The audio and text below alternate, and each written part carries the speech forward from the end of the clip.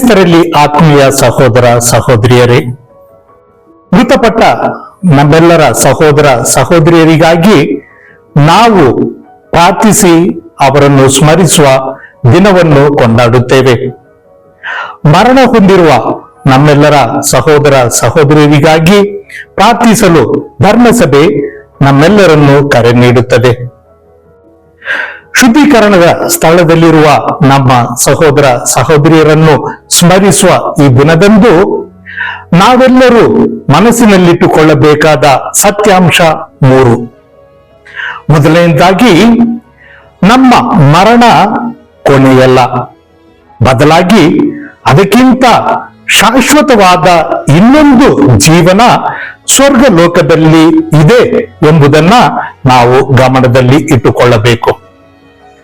ಎರಡನೆಯದಾಗಿ, ಮರಣ ಹೊಂದಿ ವಿಶ್ರಮಿಸುತ್ತಿರುವ ನಮ್ಮೆಲ್ಲರ ಸಹೋದರ ಸಹೋದರಿಯರು ನಮ್ಮನ್ನು ಅಗಲಿ ಹೋಗಲಿಲ್ಲ, ಬದಲಾಗಿ ನಾವು ಅವರೊಂದಿಗೆ ಪ್ರಾರ್ಥನೆಯ ಮುಖಾಂತರ ಸಂಪರ್ಕವನ್ನು ಹೊಂದಿದ್ದೇವೆ. ಆಧ್ಯಾತ್ಮಿಕ ರೀತಿಯಲ್ಲಿ ನಮ್ಮೆಲ್ಲರ ಸಹೋದರ ಸಹೋದರಿಯರು ಮರಣ ಹೊಂದಿದ್ದರೂ ಸಹ ಅವರು ನಮ್ಮೊಡನೆ ಇದ್ದಾರೆ ಎಂಬುದನ್ನ ಈ ದಿನ ಸೂಚಿಸುತ್ತದೆ. ಮೂರನೆಯದಾಗಿ, ಯಾವ ರೀತಿ ಯೇಸು ಸ್ವಾಮಿ ಮರಣದಿಂದ ಪುನರುತ್ಥಾನರಾಗಿ ಎದ್ದು ಬಂದರೋ ಅದೇ ರೀತಿ ನಮ್ಮೆಲ್ಲರ ದೇಹಗಳು ಸಹ ಪುನರುತ್ಥಾನಗೊಳ್ಳುವುವು ಮತ್ತು ಮರಣ ಹೊಂದಿರುವ ಸಹೋದರ ಸಹೋದರಿಯರ ಜೊತೆ ಸಕಲ ಸಂತರೊಡನೆ ಗೂಡಿ ನಾವೆಲ್ಲರೂ ಸ್ವರ್ಗ ಭಾಗ್ಯವನ್ನು ಅನುಭವಿಸುವುದು ಎಂಬುದನ್ನು ಸಹ ಈ ದಿನ ನಮಗೆ ಸೂಚಿಸುತ್ತದೆ. ಸಾಧಾರಣವಾಗಿ ನಾವು ಈ ದಿನವನ್ನು ಸಮಾಧಿಯ ಹಬ್ಬ ಎಂದು ಕರೆಯುತ್ತೇವೆ. ನನಗೆ ಇಷ್ಟವಾದ ಪದ ಈ ಸಮಾಧಿಯ ಹಬ್ಬ. ಏಕೆಂದರೆ ಸಮಾಧಿಯ ಹಬ್ಬ ಅನ್ನೋದು ಯಾವ ರೀತಿ ಕ್ರೈಸ್ತರಾದ ನಾವೆಲ್ಲರೂ ಮರಣವನ್ನು ವೀಕ್ಷಿಸುತ್ತೇವೆ, ಯಾವ ರೀತಿ ಅದನ್ನ ಅರ್ಥೈಸಿಕೊಂಡಿದ್ದೇವೆ ಎಂಬುದನ್ನ ಸೂಚಿಸುತ್ತದೆ. ಸಮಾಧಿ ಅನ್ನೋದು ಭಯಪಡಬೇಕಾದ ಒಂದು ಸ್ಥಳವಲ್ಲ, ಬದಲಾಗಿ ಕ್ರೈಸ್ತರಾದ ನಮಗೆ ಸಮಾಧಿ ಎನ್ನುವುದು ಒಂದು ಹಬ್ಬವಾಗಿದೆ. ಹಲವಾರು ಸಂಸ್ಕೃತಿಗಳಲ್ಲಿ ಮತ್ತು ಪಾರಂಪರ್ಯಗಳಲ್ಲಿ ಸಮಾಧಿ ಎಂದರೆ ಮಡಿಗಟ್ಟು ಹೋಗುವ ಒಂದು ಸ್ಥಳ, ನಾವು ಅಶುದ್ಧವಾಗುವ ಒಂದು ವಾತಾವರಣ ಎಂಬುದನ್ನ ನೋಡುತ್ತೇವೆ. ಹಲವಾರು ಸ್ಥಳಗಳಲ್ಲಿ ಸಮಾಧಿಗೆ ಹೋಗಿ ಬಂದರೆ ಸ್ನಾನ ಮಾಡದೆ ಅವರು ಮನೆಯನ್ನು ಪ್ರವೇಶಿಸುವುದಿಲ್ಲ. ಆದರೆ ಕ್ರೈಸ್ತರಾದ ನಾವು ಹಾಗೆ ಅಲ್ಲ. ಪಾರಂಪರ್ಯವಾಗಿ ನಾವು ತಿಳಿದು ಬಂದಿರುವ ಸತ್ಯಾಂಶವೆಂದರೆ ಸಮಾಧಿ ಅನ್ನೋದು ನಾವು ಭೇಟಿ ಮಾಡಬೇಕಾದ ಸ್ಥಳ. 3ನೇ ಶತಮಾನದಲ್ಲಿ ಬರೆದಿದ್ದ ಪುಸ್ತಕವಾದ ದಿಡಾಸ್ಕಾಲಿಯ ಅಪೊಸ್ತಲೋರಂ ಎಂಬ ಪುಸ್ತಕವು ಕ್ರೈಸ್ತರಾದ ನಾವೆಲ್ಲರೂ ಸಮಾಧಿಗೆ ಆವಾಗ ಭೇಟಿ ನೀಡುತ್ತಾ ಇರಬೇಕು. ಸಮಾಧಿ ಎಂಬುದು ಅಶುದ್ಧವಾದ ಸ್ಥಳವಲ್ಲ, ಬದಲಾಗಿ ಅದು ನಮಗೆ ಪ್ರಾರ್ಥಿಸುವ ಒಂದು ಸ್ಥಳವಾಗಿದೆ. ಸಮಾಧಿಗೆ ಭೇಟಿ ಮಾಡಿ ನಾವೆಲ್ಲರೂ ವಿಶ್ರಾಂತಿ ಪಡೆದಿರುವ ನಮ್ಮ ಸಹೋದರ ಸಹೋದರಿಯರಿಗಾಗಿ ಪ್ರಾರ್ಥಿಸಬೇಕು ಮತ್ತು ಅವರಿಗಾಗಿ ಬಲಿ ಅರ್ಪಣೆಯನ್ನು ಕೂಡ ಮಾಡಬೇಕು ಎಂಬುದಾಗಿ ತಿಳಿಸುತ್ತದೆ.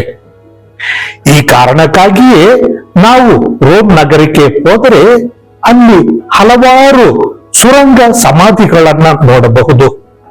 ಆ ಸುರಂಗ ಸಮಾಧಿಗಳಲ್ಲಿ ನಾವು ನೋಡುವ ಚಿತ್ರಗಳಲ್ಲಿ ಯಾವ ರೀತಿ ಆದಿ ಕ್ರೈಸ್ತರು ಮರಣವನ್ನ ನೋಡಿದರು, ಯಾವ ರೀತಿ ಅವರು ಪುನರುತ್ಥಾನದಲ್ಲಿ ವಿಶ್ವಾಸವಿಟ್ಟರು ಮತ್ತು ನಿತ್ಯ ಜೀವದಲ್ಲಿ ಯಾವ ರೀತಿ ಅವರು ಭರವಸೆಯನ್ನ ಹೊಂದಿದರು ಎಂಬುದನ್ನ ಅಲ್ಲಿ ಬಿಡಿಸಿರುವ ಚಿತ್ರಗಳು ನಮಗೆ ಸೂಚಿಸುತ್ತವೆ. ಆದುದರಿಂದ ಕ್ರೈಸ್ತರಾದ ನಮಗೆ ಮರಣ ಅನ್ನೋದು ಒಂದು ಕೊನೆಯಲ್ಲ, ಬದಲಾಗಿ ಅದು ಇನ್ನೊಂದು ಜೀವನದ ಪ್ರಾರಂಭ. ಮತ್ತು ಮೃತಪಟ್ಟ ದೇಹಗಳು ಮತ್ತು ಪಾರ್ಥಿವ ಶರೀರಗಳನ್ನು ಕೂಡ ನೋಡಿ ನಾವು ಅಂಜಬೇಕಾಗಿಲ್ಲ. ಏಕೆಂದರೆ ಆದಿ ಧರ್ಮಸಭೆಯಲ್ಲೇ ಮೃತಪಟ್ಟ ದೇಹದ ಅಂಶಗಳನ್ನ, ಚೂರುಗಳನ್ನ ತೆಗೆದಿಟ್ಟುಕೊಂಡು ಅದನ್ನು ಆದಿ ಧರ್ಮಸಭೆಯಲ್ಲಿ ಅದಕ್ಕೆ ಗೌರವ ನೀಡುವ ಒಂದು ಪದ್ಧತಿ ಇದ್ದು ಬಂತು. 2ನೇ ಶತಮಾನದಲ್ಲಿ ಉದಾಹರಣೆಗೆ ಸಂತ ಪೋಲಿಕಾರ್ಪರು ರಕ್ತ ಸಾಕ್ಷಿಯಾಗಿ ಮರಣ ಹೊಂದಿದಾಗ ಅವರ ದೇಹವನ್ನು ತೆಗೆದುಕೊಳ್ಳಲು ಕ್ರೈಸ್ತರೆಲ್ಲರೂ ಹೋದರು. ಆದರೆ ಇದನ್ನು ನೋಡಿದ ಸೈನಿಕರು ಆ ದೇಹವನ್ನು ಸುಟ್ಟು ಹಾಕಿದರು. ಇದ್ದರೂ ಸಹ ಕ್ರೈಸ್ತರು ಆ ಬೂದಿಗಳನ್ನ ತೆಗೆದುಕೊಂಡು ಮತ್ತು ಆ ಬೂದಿಗಳಲ್ಲಿ ಇದ್ದ ಎಲುಬಿನ ಚೂರುಗಳನ್ನ ತೆಗೆದುಕೊಂಡು ಆ ಸಂತರ ಸ್ಮರಣೆಗಾಗಿ ಮನೆಗೆ ತೆಗೆದುಕೊಂಡು ಹೋದರು. ಈ ರೀತಿಯಾಗಿ ಕ್ರೈಸ್ತರಾದ ನಾವು ಮರಣವನ್ನ, ಸಮಾಧಿಯನ್ನ ಮತ್ತು ಪಾರ್ಥಿವ ಶರೀರಗಳನ್ನ ಸಕಾರಾತ್ಮಕವಾಗಿ ನೋಡುವ ಪದ್ಧತಿಯನ್ನ ಇಟ್ಟುಕೊಂಡಿದ್ದೇವೆ. ಅದಕ್ಕಾಗಿಯೇ 2ನೇ ಶತಮಾನದಲ್ಲಿ ಜೀವಿಸಿದ ಧರ್ಮಶಾಸ್ತ್ರಜ್ಞರಾದ ಟೆರ್ಟುಲಿಯನ್ ಅವರು ಯಾವ ರೀತಿ ಕಾರ್ಥೇಜ್ ನಗರದಲ್ಲಿ ಕ್ರೈಸ್ತರು ವಾರ್ಷಿಕವಾಗಿ ಮೃತಪಟ್ಟ ಆತ್ಮಗಳಿಗಾಗಿ ಬಲಿಪೂಜೆಯನ್ನ ಅರ್ಪಿಸುವ ಪದ್ಧತಿಯನ್ನ ಇಟ್ಟುಕೊಂಡರು ಎಂಬುದನ್ನ ತಮ್ಮ ಬರಹದಲ್ಲಿ ತಿಳಿಸಿದ್ದಾರೆ. ಸಂತ ಅಗುಸ್ತೀನರು ಅವರ ತಾಯಿ ಮರಣ ಹೊಂದುವ ಮೊದಲು ಅವರ ತಾಯಿಯನ್ನ ತನ್ನ ಮಡಿಲಿನಲ್ಲಿ ಇಟ್ಟುಕೊಂಡಿದ್ದಾಗ ಸಂತ ಮೋನಿಕರು ಸಂತ ಅಗುಸ್ತೀನರಿಗೆ ಹೇಳುತ್ತಾರೆ, ಮಗು, ನಾನು ಮರಣ ಹೊಂದಿದ ನಂತರ ನನ್ನನ್ನ ಎಲ್ಲಿ ಬೇಕಾದರೂ ಸಮಾಧಿ ಮಾಡು, ಆದರೆ ಬಲಿಪೀಠದ ಮೇಲೆ ಪ್ರಾರ್ಥಿಸುವುದನ್ನ ಮಾತ್ರ ನೀನು ಮರೆಯಬೇಡ ಅಂತ ಹೇಳಿದರು. ಕ್ರೈಸ್ತರಾದ ನಾವೆಲ್ಲರೂ ಸಮಾಧಿ ಹಬ್ಬವನ್ನು ಆಚರಿಸುವ ಈ ದಿನದಂದು ಒಂದು ಸಮಾಧಿಯನ್ನ ನಮ್ಮ ನೆನಪಿಗೆ ತಂದುಕೊಳ್ಳಬೇಕು. ಅದು ಯೇಸು ಸ್ವಾಮಿಯ ಸಮಾಧಿ. ಸಮಾಧಿಗಳಿಗೆಲ್ಲ ಉತ್ತಮವಾದ ಸಮಾಧಿ ಯೇಸು ಸ್ವಾಮಿ ಪುನರುತ್ಥಾನವಾಗಿ ಹೊರಗೆ ಬಂದ ಆ ಸಮಾಧಿ. ಸಾಧಾರಣವಾಗಿ ನಾವು ಸಮಾಧಿಗಳನ್ನ ತೆರೆಯುವಾಗ ಅದರಲ್ಲಿ ಹಳೆಯ ಅವಶೇಷಗಳನ್ನ ಹುಡುಕುತ್ತೇವೆ. ಆದರೆ ಯೇಸು ಸ್ವಾಮಿಯ ಸಮಾಧಿಯಲ್ಲಿ ಯಾವುದೇ ಅವಶೇಷಗಳು ಇರಲಿಲ್ಲ, ಅದು ಖಾಲಿಯಾಗಿತ್ತು. ಆ ಕಾರಣಕ್ಕಾಗಿಯೇ ಆ ಸಮಾಧಿ ಹೆಸರುವಾಸಿಯಾದ ಸಮಾಧಿಯಾಯಿತು.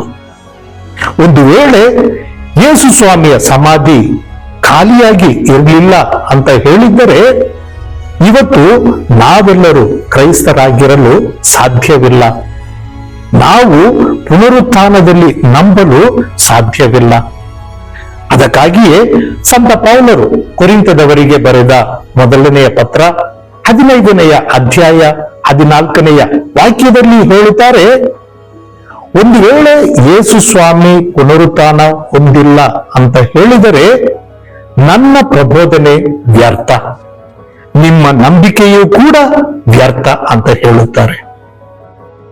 ಧರ್ಮಸಭೆಯ ಜ್ಞಾನೋಪದೇಶ ನಮಗೆ ತಿಳಿಸುವುದೇನೆಂದರೆ, ನಾವೆಲ್ಲರೂ ಮೃತಪಟ್ಟ ನಮ್ಮ ಸಹೋದರ ಸಹೋದರಿಯರಿಗಾಗಿ ಪ್ರಾರ್ಥಿಸುವುದು ಮಾತ್ರವಲ್ಲದೆ ಅದಕ್ಕಿಂತ ಹೆಚ್ಚಾಗಿ ಬಲಿಯರ್ಪಣೆಯನ್ನ ಅರ್ಪಿಸಬೇಕು ಮತ್ತು ಅವರಿಗಾಗಿ ನಾವು ದಾನ ಧರ್ಮಗಳನ್ನ ಕೈಗೊಳ್ಳಬೇಕು ಮತ್ತು ಅವರಿಗಾಗಿ ನಾವು ಹಲವಾರು ತಪಶ್ಚರ್ಯಗಳನ್ನ ಕೈಗೊಂಡಾಗ ಅವರು ಖಂಡಿತವಾಗಿಯೂ ಸ್ವರ್ಗ ಸಾಮ್ರಾಜ್ಯವನ್ನ ಸೇರುತ್ತಾರೆ ಎಂಬುದಾಗಿ ತಿಳಿಸುತ್ತದೆ. ಆದುದರಿಂದ ಸಹೋದರ ಸಹೋದರಿಯರೇ, ನಮ್ಮನ್ನು ಅಗಲಿ ದೇವರ ಬಳಿಗೆ ಹೋಗಲು ಪ್ರಯಾಣ ಮಾಡುತ್ತಿರುವ ನಮ್ಮ ಸಹೋದರ ಸಹೋದರಿಯರಿಗಾಗಿ ನಾವು ಪ್ರಾರ್ಥನೆ ಮಾಡೋಣ, ಬಲಿಪೂಜೆಯನ್ನ ಅರ್ಪಿಸೋಣ. ಭಕ್ತಿಯಿಂದ ನಾವು ತಪಶ್ಚರ್ಯಗಳನ್ನ, ತ್ಯಾಗಗಳನ್ನ ಮಾಡೋಣ. ಖಂಡಿತವಾಗಿಯೂ ನಮ್ಮ ಸಹೋದರ ಸಹೋದರಿಯರ ಜೊತೆ ನಾವು ಸಹ ಒಂದು ದಿನ ಸ್ವರ್ಗವನ್ನ ಸೇರುವೆವು ಎಂಬ ನಂಬಿಕೆಯಿಂದ ಬಲಿಪೂಜೆಯಲ್ಲಿ ಭಾಗವಹಿಸೋಣ. ಆಮೆನ್.